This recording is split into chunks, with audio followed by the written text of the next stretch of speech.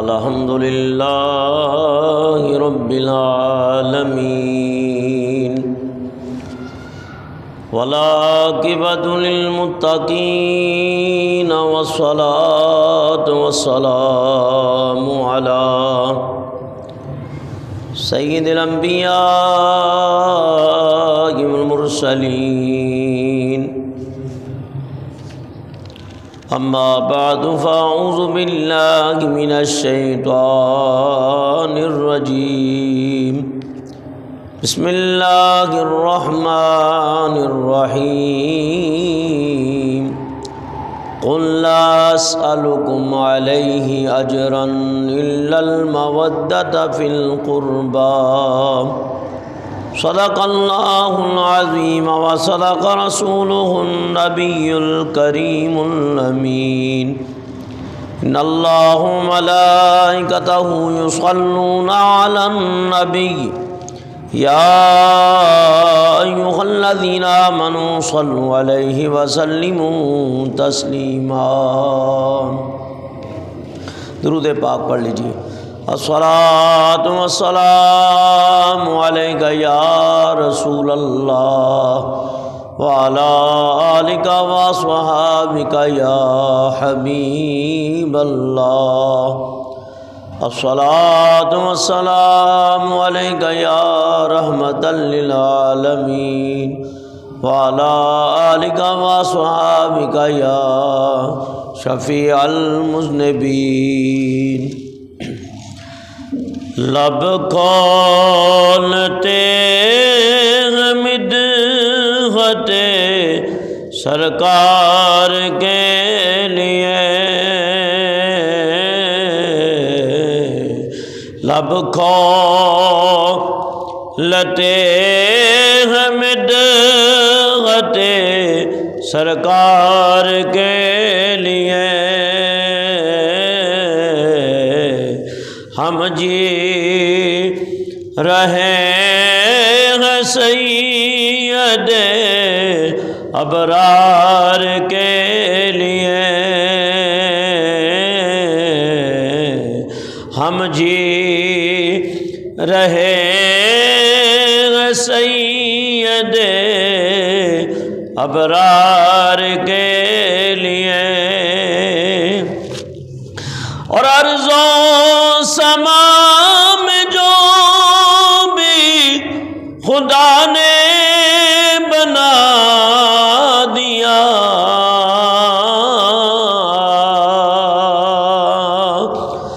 عرض و سما میں جو بھی خدا نے بنا دیا، سب کچھ ہے دو جہان کے سردار کے لیے، سب کچھ ہے دو جہان کے سردار کے لیے، وہ شہر بے مثال مدینہ کہے جسے، وہ شہر بے مثال مدینہ کہے جسے، اللہ نے چن لیا اسے دلدار کے لیے، اللہ نے چن لیا اسے دلدار کے لیے، آنکھوں میں اشک لب پر جگر میں سو، آنکھوں میں اشک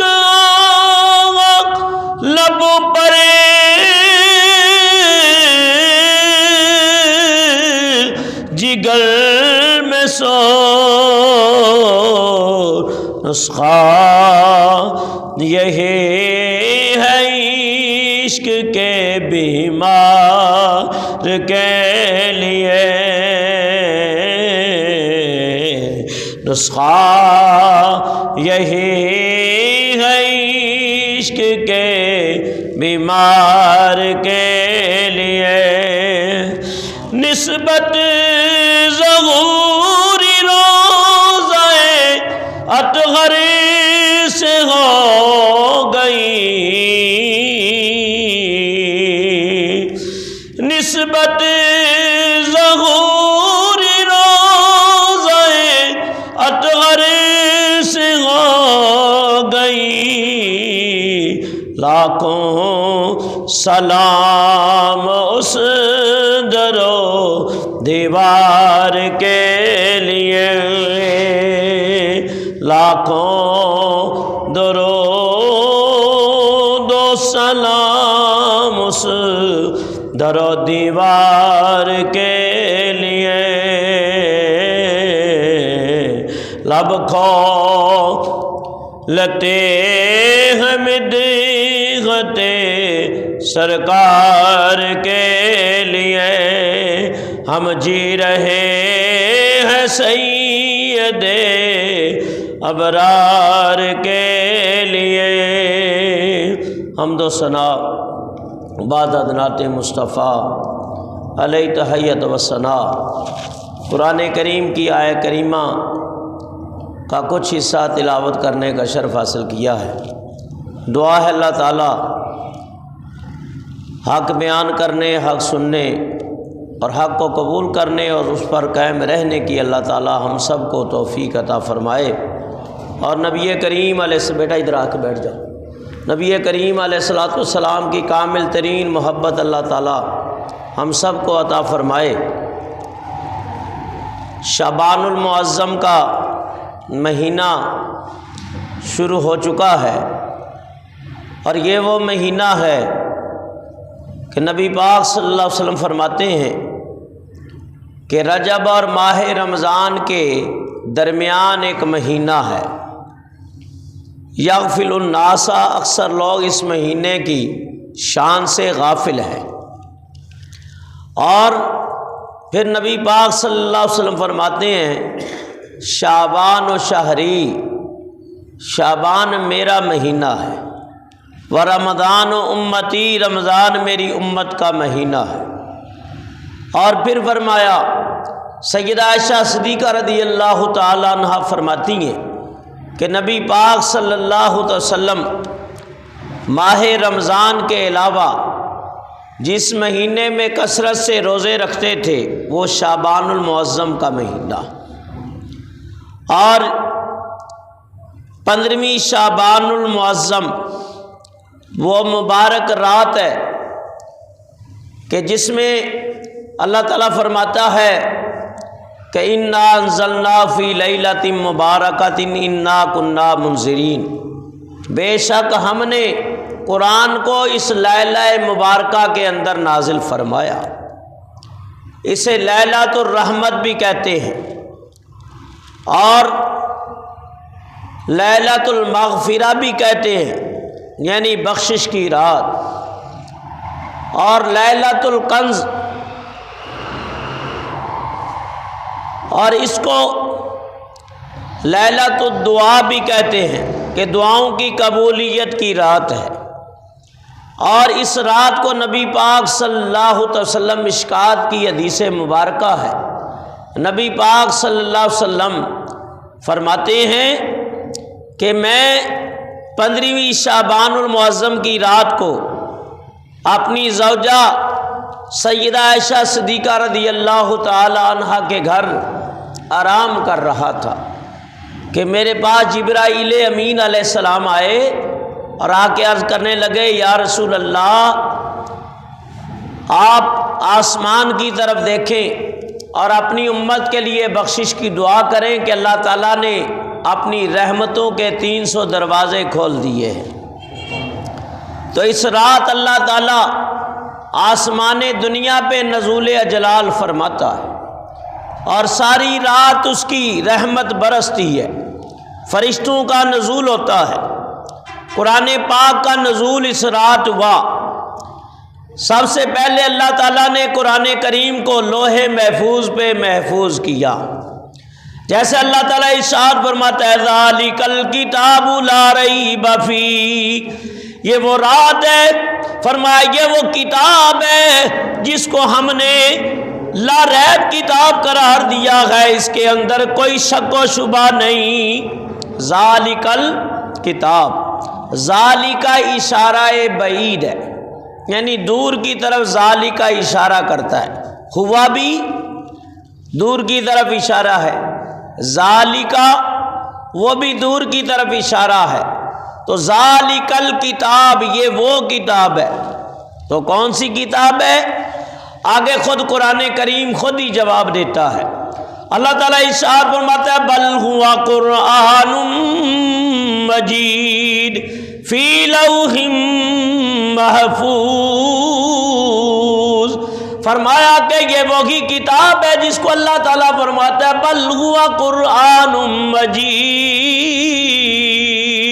اس کا نام ہے قرآن مجید، فی لوح محفوظ، جس کو ہم نے لوح محفوظ کے اوپر محفوظ کر دیا ہے۔ تو لوح محفوظ پہ قرآن کریم لکھا گیا۔ دوسری بار جو اللہ فرماتا ہے کہ اِنَّا أَنزَلْنَاهُ فِي لَيْلَةٍ مُبَارَكَةٍ، ہم نے مبارک رات میں اسے نازل کیا، تو فرمایا آسمانوں کے اندر ایک مقام ہے جسے آسمان دنیا کہتے ہیں، تو اس کے اوپر اللہ تعالیٰ نے قرآن کو نازل کیا۔ اور تیسری مرتبہ پھر یہ آہستہ آہستہ حضرت جبرائیل امین علیہ السلام کے ذریعے وحی کی صورت میں نبی پاک صلی اللہ علیہ وسلم کے اوپر نازل ہوتا رہا۔ جہاں جہاں ضرورت پڑی اس کے مطابق قرآنی آیات جبریل لاتے رہے۔ نبی پاک مکے میں رہے تو قرآن مکے میں نازل ہوتا رہا۔ تو اس لیے جو مکے میں وحی آتی ہے، جو قرآنی صورتیں ہیں، ان کو کہتے ہیں مکی صورتیں۔ اور پھر نبی پاک صلی اللہ علیہ وسلم مدینہ تشریف لے آئے، مدینہ المنورہ طیبہ طاہرہ، اللہ آپ سب کو لے جائے، تو وہاں جو صورتیں نازل ہوئی اس کو کہتے ہیں مدنی، سورۃ المدنیہ۔ تو فرمایا پھر یہ 23 سال کے عرصے میں مکمل ہو گیا۔ تو 15ویں کی رات اللہ تعالیٰ فرماتا ہے ہم نے اس رات کو قرآن نازل کیا، لیلۃ مبارکہ انا کنا منذرین،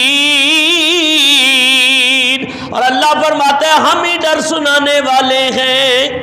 تو یہ ہمیشہ سے نبی پاک صلی اللہ علیہ وسلم کی سنت، صحابہ کا طریقہ اور عمل، صحابہ کی سنت، اور آج تک ائمہ مجتہدین، اولیاء اللہ، سلف و صالحین کا یہ طریقہ رہا ہے کہ یہ رات عبادت کر کے گزارتے ہیں۔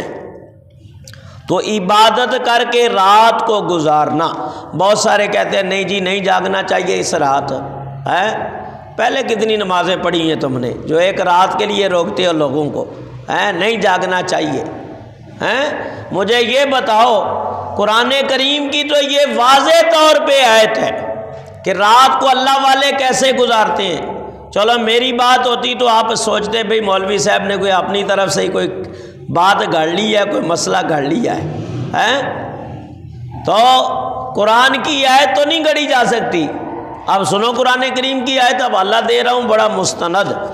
اللہ تعالیٰ فرماتا ہے والذین یبیتون لربہم سجدا وقیاما، اللہ تعالیٰ اپنے نیک بندوں کی ایک صفت، ایک شان اس آیت کریمہ کے اندر بیان کرتا ہے۔ اللہ فرماتا ہے میرے بندوں کی شانوں میں یہ شان بھی ہے، وہ راتوں کو کبھی سجدے میں گزار دیتے ہیں، کس کے لیے؟ اپنے رب کے لیے۔ یبیتون لربہم سجدا، کبھی سجدے میں گزارتے ہیں، وقیاما، اور کبھی قیام میں گزارتے ہیں، تو پتہ چلا راتوں کو لمبا سجدہ کر کے عبادت کرنا یہ اللہ کے بندوں کا طریقہ ہے۔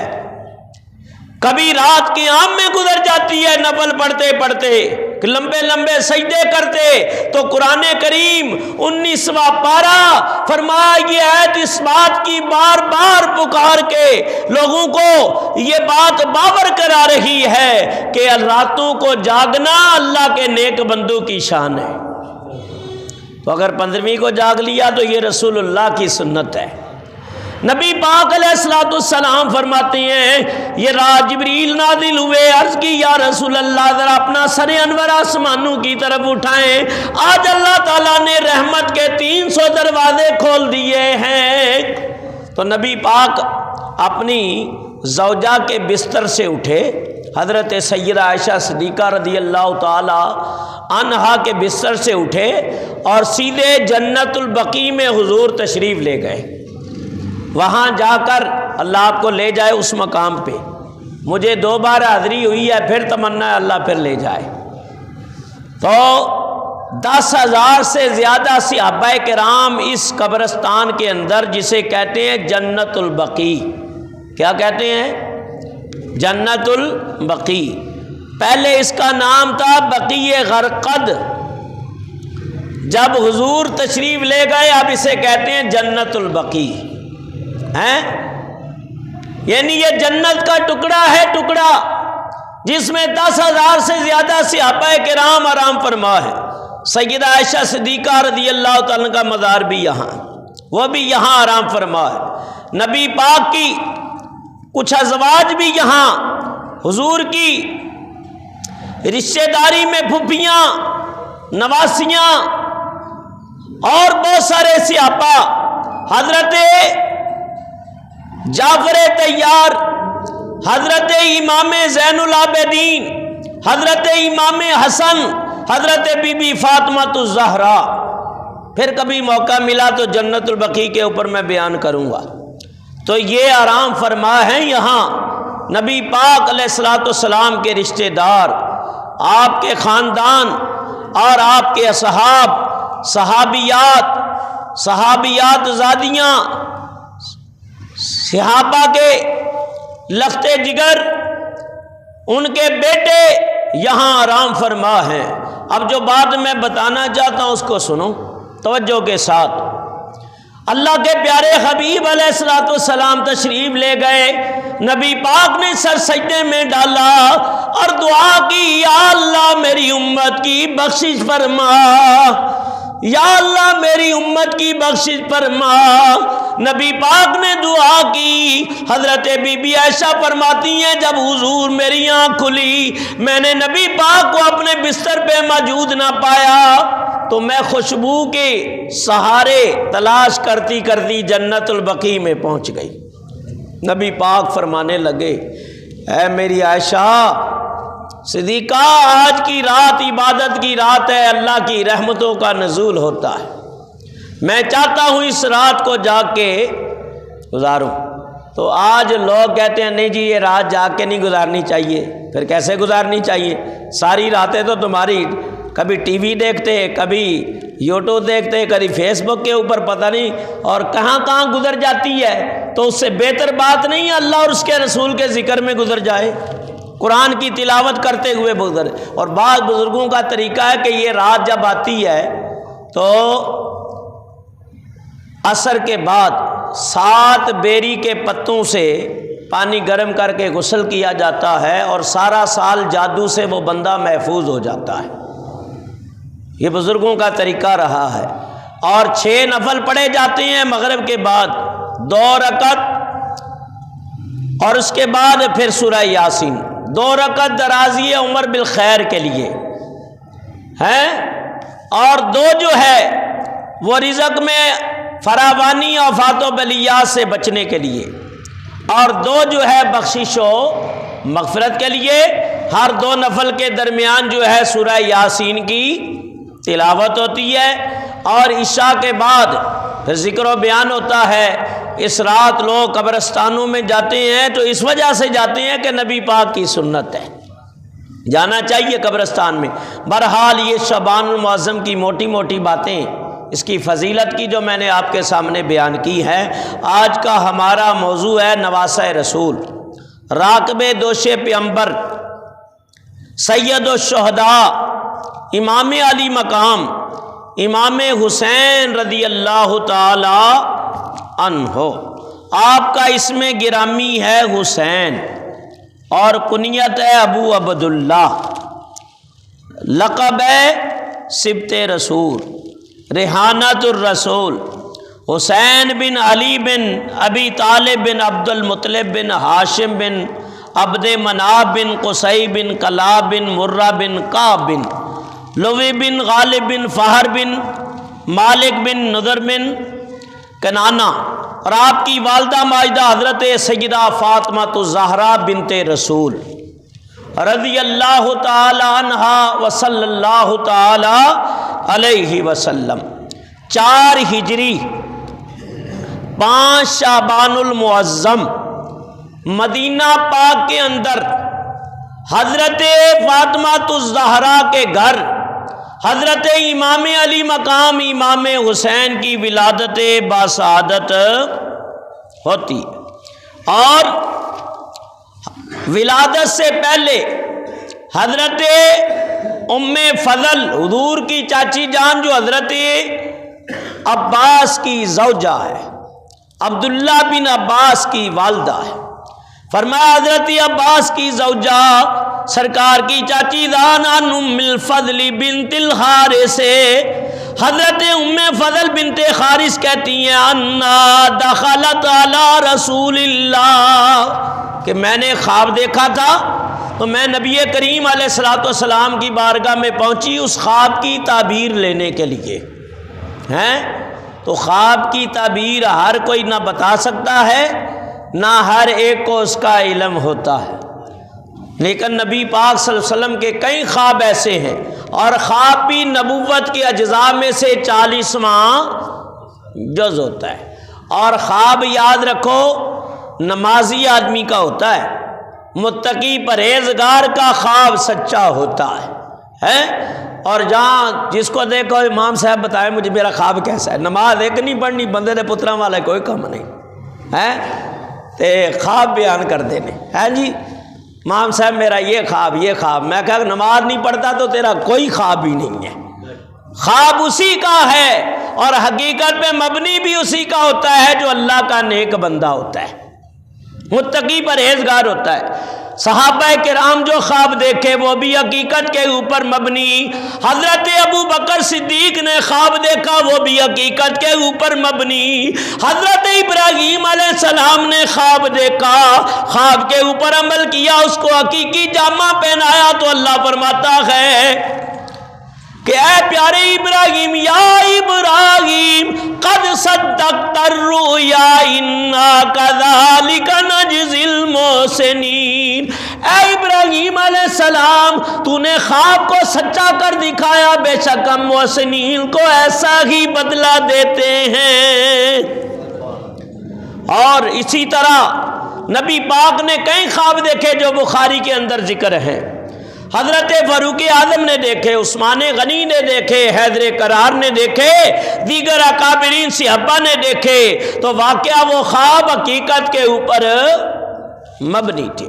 تو حضرت ام الفضل نے خواب دیکھا، پوچھنے کے لیے حضور کی بارگاہ میں آئی، فقالت یا رسول اللہ انی رأیت غلم المنکر اللیلۃ، قال وما هو، قالت انه شدید، قال وما هو، قالت رأیت۔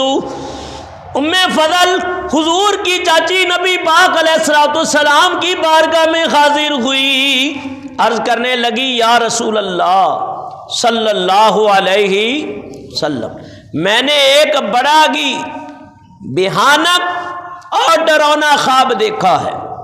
آپ فرمانے لگے چاچی بتاؤ تو صحیح کیسا خواب ہے؟ قالت انه شدید، عرض کی وہ بڑا ہی بھیانک ہے، بڑا ہی ڈراؤنا ہے۔ قالت وما هو، قالت رأیت، بار بار وہ عرض کرتی تھی آخر نبی پاک علیہ الصلوۃ والسلام فرمانے لگے چاچی جب تک بتاؤ گے نہیں تعبیر کیسے بتاؤں، پہلے خواب بیان کرو۔ تو کیا دیکھا انہوں نے خواب کے اندر؟ رأیتک انک قطعۃ من جسدک قطعت ووضعت فی غجری، یا رسول اللہ صلی اللہ علیہ وسلم خواب میں نے یہ دیکھا ہے کہ آپ کے جسم اطہر کا ایک حصہ علیحدہ کر کے جدا کر کے میری گود میں ڈال دیا گیا ہے، میری گود میں ڈال دیا گیا ہے۔ نبی پاک صلی اللہ علیہ وسلم بڑے خوش ہوئے، فرمایا رأیت خیرا تلد فاطمۃ انشاء اللہ غلاما یکون فی حجرک فولدت فاطمۃ الحسین فکان فی حجری کما قال رسول اللہ صلی اللہ علیہ وسلم۔ تو نبی پاک نے فرمایا کہ بڑا اچھا خواب دیکھا ہے چاچی، ان قریب میری بیٹی فاطمہ کے گھر ایک بچہ پیدا ہوگا، ایک لڑکا پیدا ہوگا، ایک بیٹا پیدا ہوگا۔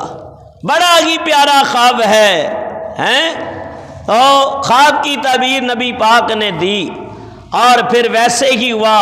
ام فضل کہتی ہیں کہ واقعہ حضرت حسین بن علی دنیا میں آئے، نبی پاک کا نواسہ دنیا میں آیا، اور نبی پاک علیہ الصلوۃ والسلام کی بارگاہ میں انہیں پیش کر دیا گیا، اور نبی پاک صلی اللہ علیہ وسلم نے فرمایا چاچی تم نہ میرے نواسے کا خیال کرنا، اور بعض روایتوں میں اپنا دودھ بھی اسے پلاؤ۔ اللہ اکبر۔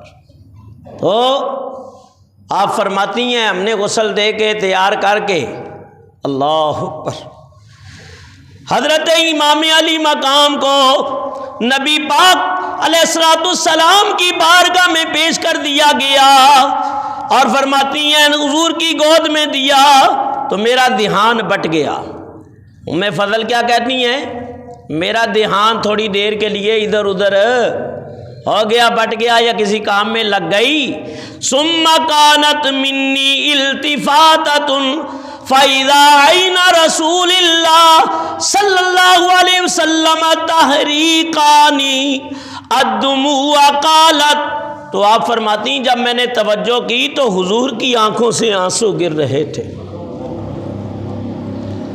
الدموع، فرمایا آنسو گر رہے تھے۔ قالت فقلت یا نبی اللہ بأبی انت و امی، میں نے عرض کی یا نبی اللہ میرے ماں باپ آپ کے اوپر قربان ہو، بچے پیدا ہوتے ہیں، نانا اور دادا کو بڑی خوشی ہوتی ہے، ماں بھی خوش ہوتی ہے، باپ بھی خوش ہوتا ہے، لیکن آپ کی آنکھوں میں آنسو۔ نبی پاک فرمانے لگے اے چاچی تو پوچھتی ہے مالکا، یہ آنسو کیسے ہیں؟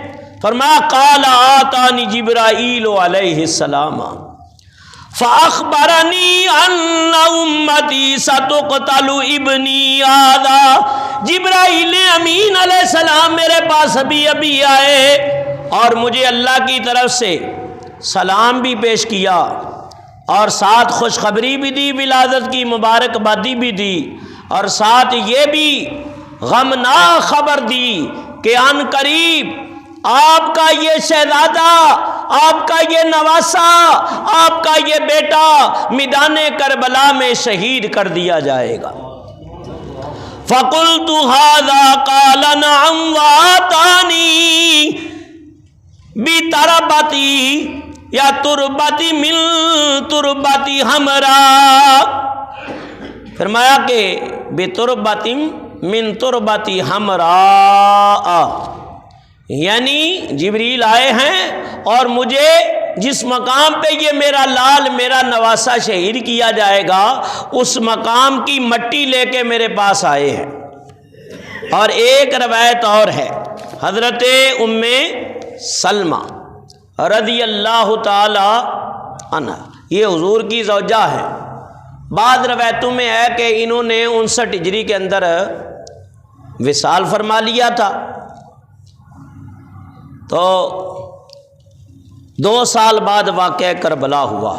ایک تو روایت یہ ہے، دوسری روایت یہ ہے کہ اگر یہ روایت لے لی جائے کہ نبی پاک صلی اللہ علیہ وسلم کی زوجہ فرماتی ہیں کہ میں نے خواب میں دیکھا نبی کریم علیہ الصلوۃ والسلام جیسے سفر سے آ رہے ہیں اور داڑھی مبارک غبار آلودہ ہے، یعنی مٹی ہے، اور بال مبارک زلف اقدس کی، زلف عنبری کے بکھرے ہوئے ہیں۔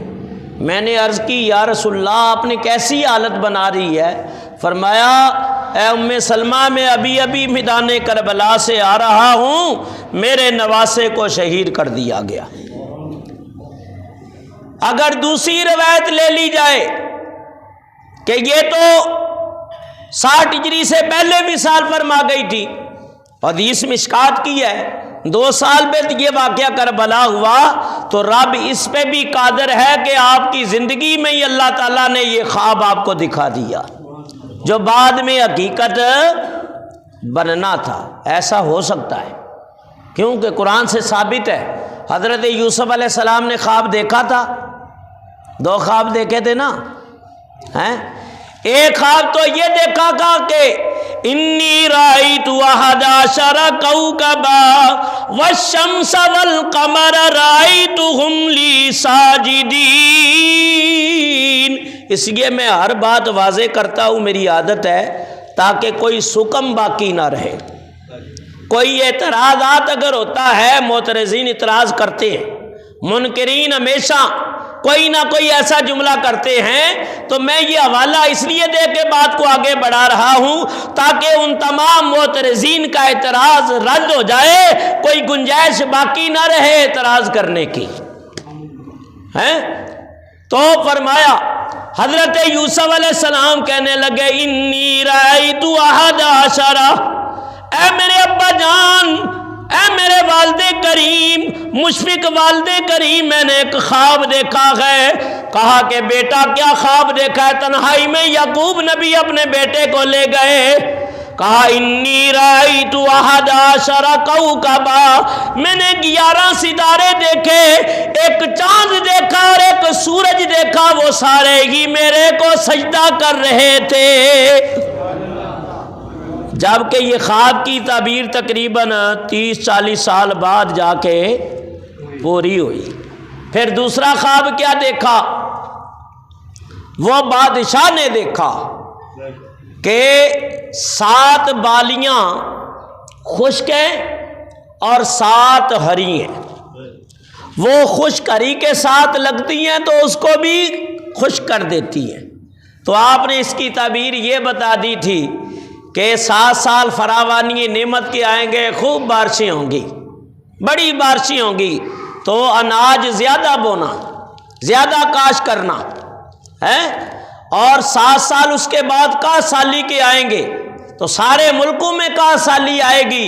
لہذا اللہ کی مشیت یہ تھی کہ کنعان میں بھی کا سالی آئے تاکہ وہ اناج کی غرض سے مصر میں آئیں اور بہانہ بن جائے، یوں حضرت یوسف نبی اور یعقوب نبی کا ملاپ ہو جائے۔ یہ واقعہ کیونکہ ابھی لوگوں نے مجھے کہنا شروع کر دیا حضرت یوسف علیہ السلام کا واقعہ بھی آپ بیان کریں، تو ابھی نہیں کر سکتا، وقت نہیں ہے، کیونکہ ابھی شعبان المعظم ہے، پھر رمضان آ جائے گا، اس کے لیے کم سے کم 2-3 مہینے چاہیے۔ یہ واقعہ بیان کرنے کے لیے لمبا واقعہ ہے، پھر انشاءاللہ کسی موقع کے اوپر اللہ نے موقع دیا تو میں بیان کروں گا۔ تو فرمایا کہ یوں ہی یہ واقعہ بعد میں ہونا تھا، تو اللہ اس پہ قادر ہے، اللہ نے حضرت ام سلمہ کو خواب کے ذریعے یہ واقعہ بتا دیا، اور واقعہ اسی طرح ام سلمہ رضی اللہ تعالی، ایک روایت یہ بھی ہے کہ حضور نے ایک شیشی کے اندر، بوتل کے اندر وہ مٹی مجھے دی تھی اور فرمایا تھا جب یہ خون بن جائے تو سمجھ لینا میرا نواسہ میدان کربلا میں شہید ہو گیا۔ نبی پاک کی بارگاہ میں حضرت امام علی مقام کو غسل دے کے پیش کر دیا گیا۔ نبی پاک نے اپنے نواسے کو دیکھا تو امام الانبیاء کے چہرے پہ بڑی خوشی آئی، حضور بڑے خوش ہوئے، کیونکہ یہ بیٹی کا بیٹا تو تھا، لیکن فرمایا اصل میں نبی کا شجرہ چلنا اسی سے تھا۔ اس لیے نبی پاک کی بارگاہ میں فرمایا وَأَذَّنَ فِي أُذُنَيْهِ وَطَفَلَ فِي فَمِهِ وَدَعَا لَهُ وَسَمَاهُ حُسَيْنًا يَوْمَ السَّابِعِ وَعَكَّانَهُ بِقَبَشٍ وَكَانَ أَهْلِكِ رَأْسَهُ وَتَسْرِبِي بِوَزْنِهِ شَعْرِهِ فِضَّةٍ كَمَا فَعَلَتِ بِالْحَسَنِ۔ یہ روایت ہے اسد اللہ الغالب ایک کتاب ہے، اس کے اندر بھی ہے اور دیگر کتب کے اندر ہے۔ آپ سنو، حضرت امام حسین سب کو رضی اللہ تعالی عنہ، ان کو نبی پاک کی بارگاہ میں لایا گیا تو نبی پاک صلی اللہ علیہ وسلم نے ان کے کانوں میں اللہ کیا کی؟ اذان دی۔ نبی پاک نے ان کے کانوں میں اذان دی، یہاں تک کہ جب اذان دے رہے تھے تو نبی پاک صلی اللہ علیہ وسلم اللہ والوں کی باتیں اللہ والے ہی جانے، نہ تو ہمارے پاس وہ آنکھیں ہیں، نہ وہ نگاہیں ہیں، نہ وہ نورانی دل ہیں، نہ وہ نورانی بصارت اور بصیرت ہے۔ کملی والے پیارے آقا علیہ الصلوۃ والسلام نے امام حسین کے کانوں میں اذان کہی، اللہ اکبر اللہ اکبر۔ تو دائیں کان میں اذان دینی چاہیے بچے کے۔ ہاں مولوی نو پڑھو جی ہے اذان پڑھے کیوں تو پڑھتے ڈر لگتا ہے یا کوڑکا پیندا ہے؟ آپ لوگ کیوں نہیں اذان پڑھتے؟ پہلے کے مسلمان آج سے 60-70 سال پیچھے چلے جائیں تو جس آدمی کو بولتے تھے وہ امامت کرانا شروع ہو جاتا تھا، کیونکہ داڑیاں ساری تھی، سب بشرا ہوتے تھے، سر پہ پگڑیاں ہوتی تھیں امام میں، اب تو ٹوپیاں بھی گئیں، سب کچھ گیا۔ میں کسی کو ٹارگٹ نہیں بنا رہا لیکن عمل کیا کرو۔ امامے کے ساتھ میں تو کہتا ہوں جمعے میں آیا کرو کہ ایک امامے کے ساتھ نماز پڑھنا 70 نمازوں کا ثواب ہے کہ نہیں ہے؟ جماعت کے ساتھ نماز پڑھیں تو 27 نمازوں کا ہے۔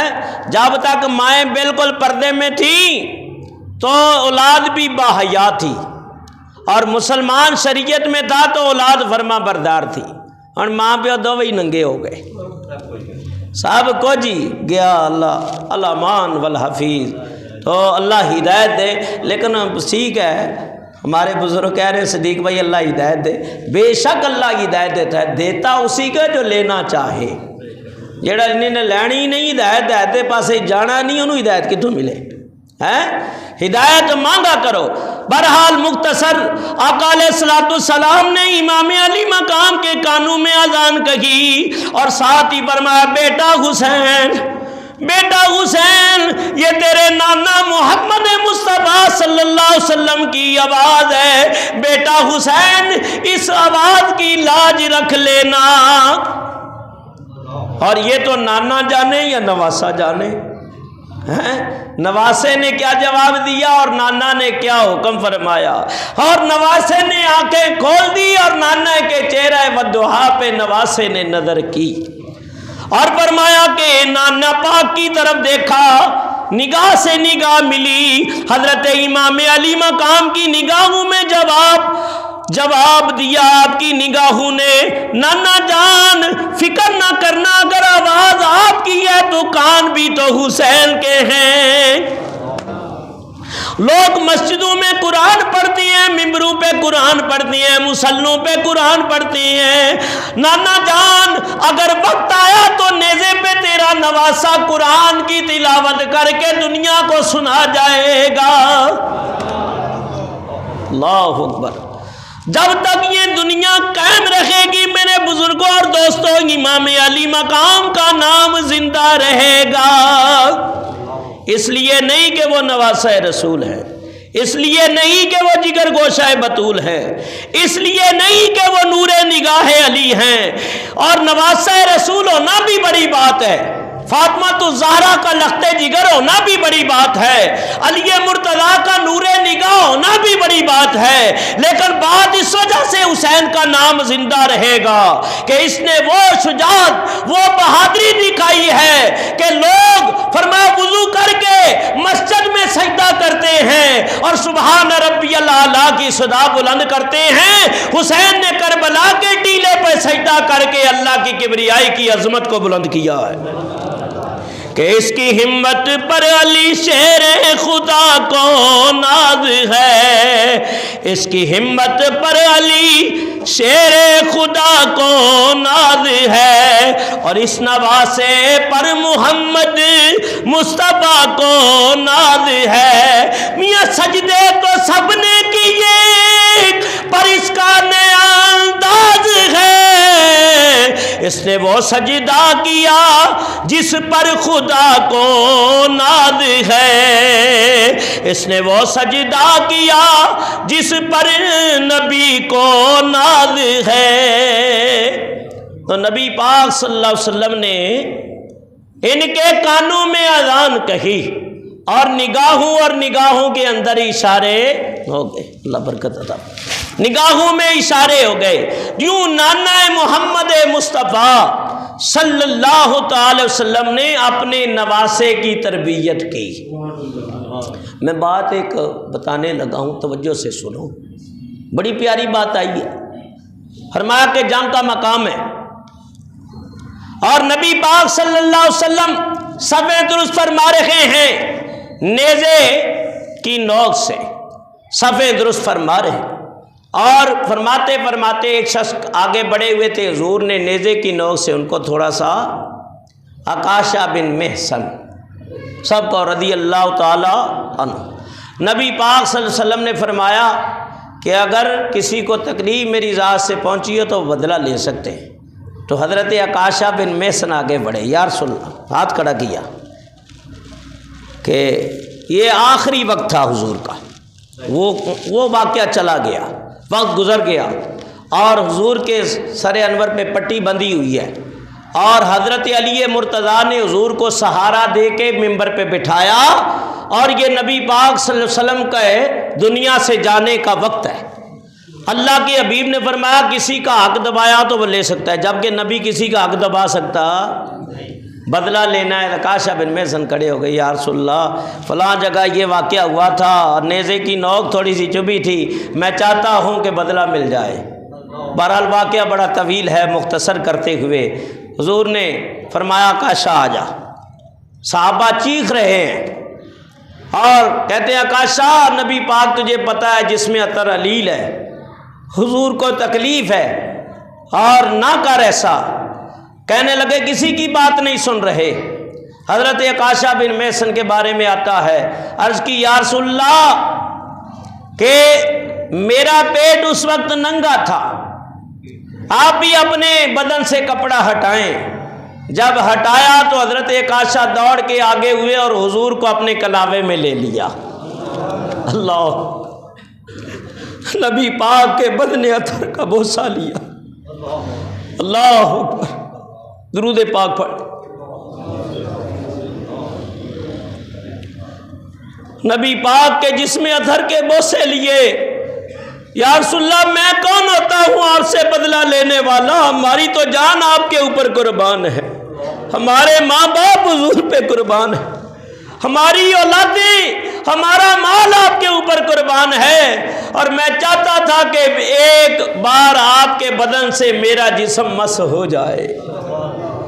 نبی پاک علیہ السلام نے فرمایا کاش تیری نیت اگر یہی ہے تو یاد رکھ میں نبی تجھے خوشخبری دیتا ہوں، جس کا جسم نبی کے جسم سے لگ جائے جہنم کی آگ حرام ہے۔ تو نبی پاک فرماتے ہیں، فرمایا حسین منی وانا من الحسین۔ نبی پاک کے نواسے کی عظمت و شان پر سنو، نبی پاک علیہ السلام نے فرمایا حضرت امام علی مقام کے کانوں میں اذان کہی، آپ نے تحنیک فرمائی، کھجور خرمے کو نرم کر کے نواسے کے منہ میں ڈال دیا، لعاب ڈال دیا، اور فرمایا اس لعاب کو چوستے تھے۔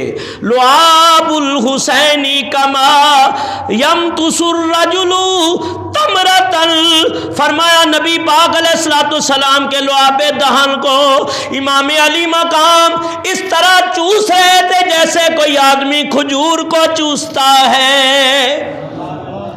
اللہ اکبر۔ اس سے دیکھیں امام پاک کا کتنا مرتبہ اور مقام ہے، کتنی شان ہے نبی پاک صلی اللہ تعالی علیہ وسلم۔ اور کئی حدیثیں ہیں، فرمایا مسند ابی یعلا کی ایک روایت ہے، اور ابھی جو میں بیان کرنے لگا ہوں حدیث صحیحہ اور روایات مصدقہ پر جب غور کرو گے تو پھر پتہ چلے گا امام پاک کا مقام کیا ہے۔ اور یہ جو حدیث میں روایت ابھی پڑھنے لگا ہوں اس کو مسند ابو یعلا نے روایت کیا، ترمذی کے اندر بھی ہے، ابن ماجہ کے اندر بھی ہے۔ سنو اور ایمان تازہ کرو۔ فرمایا کہ وان نبی ہریرہ قال ابصرت عینای ہاتانی وسمعت اذنای رسول اللہ صلی اللہ علیہ وسلم وهو آخذ بکفی حسین وقدمہ علی قدم رسول اللہ صلی اللہ علیہ وسلم وهو یقول ترک ترک بقہیب قال فرق الغلام حتی وضع قدمیہ علی صدر رسول اللہ صلی اللہ علیہ وسلم افتافاک ثم قبلہ ثم قال اللہم احبہ فإنی احبہ۔ حضرت ابو ہریرہ فرماتے ہیں میری ان آنکھوں نے دیکھا۔ ایک روایت الصواعق المحرقہ والا بھی لکھتا ہے، وہ لکھتے ہیں کہ قبرستان میں کوئی صحابی وصال کر گئے تو ان کو دفنانے کے لیے صحابہ چلے گئے، تو ابو ہریرہ فرماتے میں بھی تھا، اور اس روایت میں ایک نام امام حسن کا آتا ہے یا امام حسین کا۔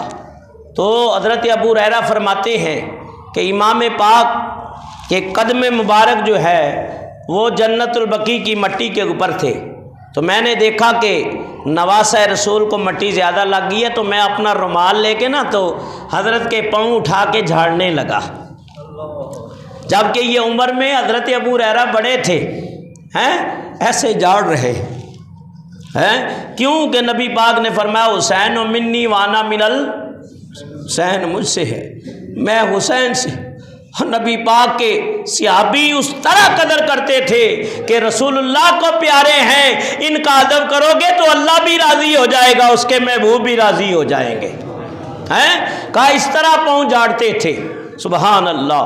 تو فرمایا کہ نبی پاک علیہ الصلوۃ والسلام، ابو ہریرہ فرماتے ہیں میری ان آنکھوں نے دیکھا، میرے ان کانوں نے سنا، حضور نبی کریم علیہ الصلوۃ والسلام امام حسین کے ہاتھوں کو پکڑے ہوئے ہیں، اور اللہ کے حبیب فرما رہے ہیں اے ننے قدموں والے چڑھا۔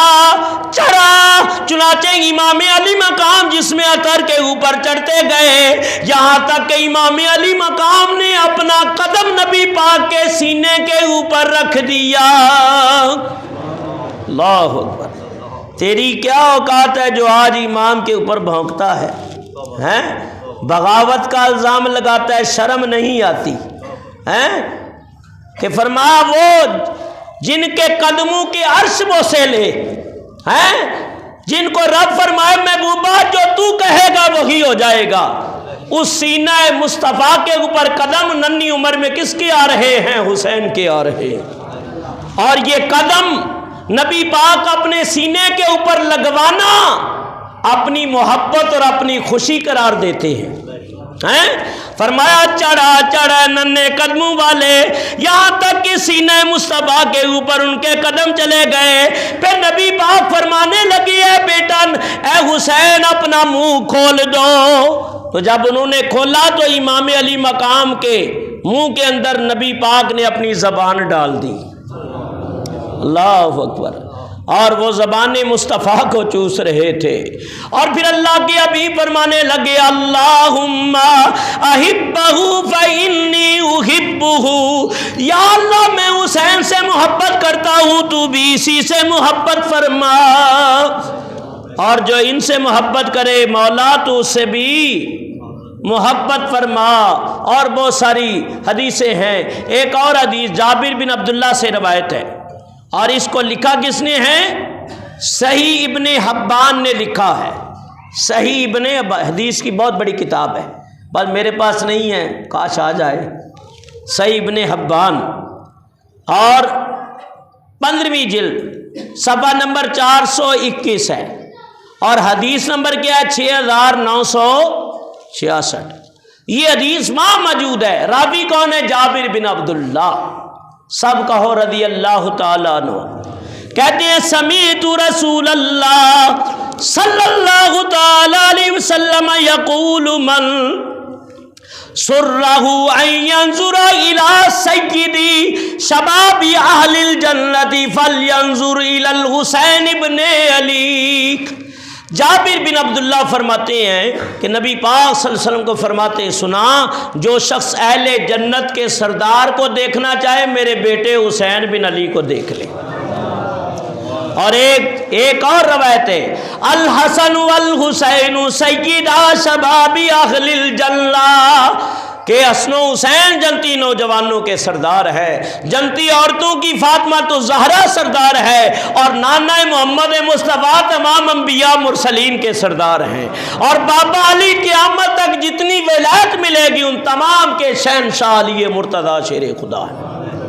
اللہ نے شان اس گھرانے کو کیسے، اس لیے میں نے شروع میں یہ آیت پڑھی تھی کہ وقت ختم ہو گیا، دل چاہتا ہے کہ اور مزید اس کے اوپر گھنٹوں گفتگو ہو۔ قل لا اسألکم علیہ اجرا الا المودۃ فی القربى، اے پیارے محبوب، میرے حبیب، آپ اپنی پیاری زبان نبوت سے یہ اعلان کر دے، اپنی امتیوں کو بتا دے، اپنے دیوانوں اور عاشقوں کو بتا دے کہ میں تم سے کچھ اجر نہیں مانگتا، لیکن میری اہل بیت سے پیار کرو، میری اہل بیت سے۔ بس آخری بات کر رہا ہوں، وقت ہو گیا ہے، تو حدیثیں بہت ساری ہیں۔ تو نبی پاک صلی اللہ علیہ وسلم ایک دن حضرت امام حسین کے گلے مبارک کو اللہ کے حبیب چوم رہے، حضور گلے حسین کے بوسے لے رہے ہیں، نبی پاک چوم رہے ہیں، تو حضرت فاطمہ تو زہرا کی توجہ گئی۔ اسی ضمن میں ایک روایت ہے، فرمایا کہ نبی پاک اکثر رات کو جب گزرتے نا تو بیٹی کے گھر کے قریب سے گزرتے، تو ایک دن رونے کی آواز آئی تو نبی پاک باب فاطمہ پہ ٹھہر گئے، حضور فرمانے لگے فاطمہ، جی ابا حضور۔ فرمایا یہ کون رو رہا ہے؟ ابا جان حسین رو رہے ہیں۔ تو آپ نے فرمایا میں نے تجھے پہلے بھی کہا تھا میرے بیٹے حسین کو رونے نہ دیا کر، اس کے رونے سے مجھے اذیت پہنچتی ہے، یؤذینی، مجھے تکلیف ہوتی ہے۔ تو جب گلا چوم رہے ہیں حضور، تو اس وقت سوال کیا حضرت بی بی فاطمہ تو زہرا نے، اے ابا جان لوگ تو یہاں چومتے ہیں، ماتھے کو چومتے ہیں، رخساروں کو چومتے ہیں، لبوں کو چومتے ہیں، آپ حسین کے گلے کو؟ فرمایا بیٹی ایک وقت آئے گا اسی گلے کے اوپر ظالم لوگ تیر و تلوار چلائیں گے۔ تو حضرت فاطمہ رو پڑی، ماں سے زیادہ پیار کرنے والا کون ہے بے اولاد سے؟ رو پڑی، عرض کی یا رسول اللہ صلی اللہ علیہ وسلم، کیا اس وقت آپ نہیں ہوں گے؟ کیا علی مرتضیٰ نہیں ہوں گے؟ کیا میں اس وقت موجود نہیں ہوں گی؟ تو آپ نے جواب دیا، شاعر نے اپنے شعر میں قلم بند کیا، فرمایا جو میلا یاد پہ آیا وے جد ظالم ظلم کرے سنی، جو میلا یاد پہ آیا وے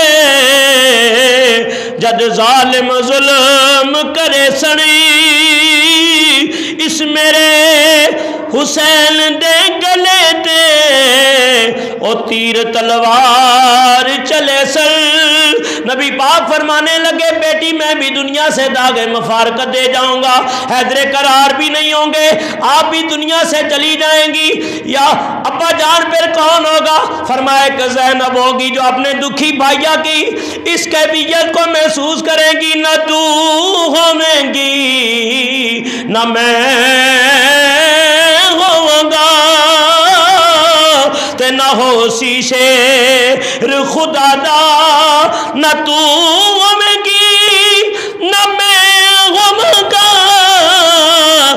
ہو سی شیر خدا دا اکے زینب روندی ہو سی جڑا تک سی حال برادا اکے زینب روندی ہو سی جڑا تک سی حال برادا۔ دعا ہے اللہ کی بارگاہ میں جو ذکر کیا اللہ قبول و منظور فرمائے۔ واقعہ بڑا طویل ہے، گھنٹوں گزر جائے لیکن اہل بیت کی شان پھر بھی ختم نہیں ہوتی ہے، تو انہی لفظوں پہ اکتفا کرتا ہوں۔ 15ویں شعبان المعظم کی رات انشاءاللہ مسجد میں بیان بھی ہوگا، نعت خوانی ہوگی، مغرب کے بعد 6 نفل پڑھے جائیں گے، عصر کے بعد 7 بیری کے پتوں سے اگر ہو سکے تو غسل کریں۔ یہ فرض و واجب نہیں ہے، نہ سنت مؤکدہ ہے، کہ بزرگوں کا عمل ہے، اللہ سارا سال جادو سے محفوظ کرتا ہے۔ بہرحال اور اس رات کو نبی پاک نے جنت البقیع میں سجدے کی حالت میں امت کے لیے بخشش کی دعائیں کی ہیں۔ اس رات اللہ کی رحمتوں کے 300 دروازے کھل جاتے ہیں۔ پہلے آسمان پہ اللہ تعالیٰ نزول و جلال فرماتا ہے کہ ہے کوئی اپنے رب سے بخشش مانگنے والا، بخش دیا جائے، ہے کوئی مغفرت کا طلبگار، اس کی مغفرت کر دی جائے۔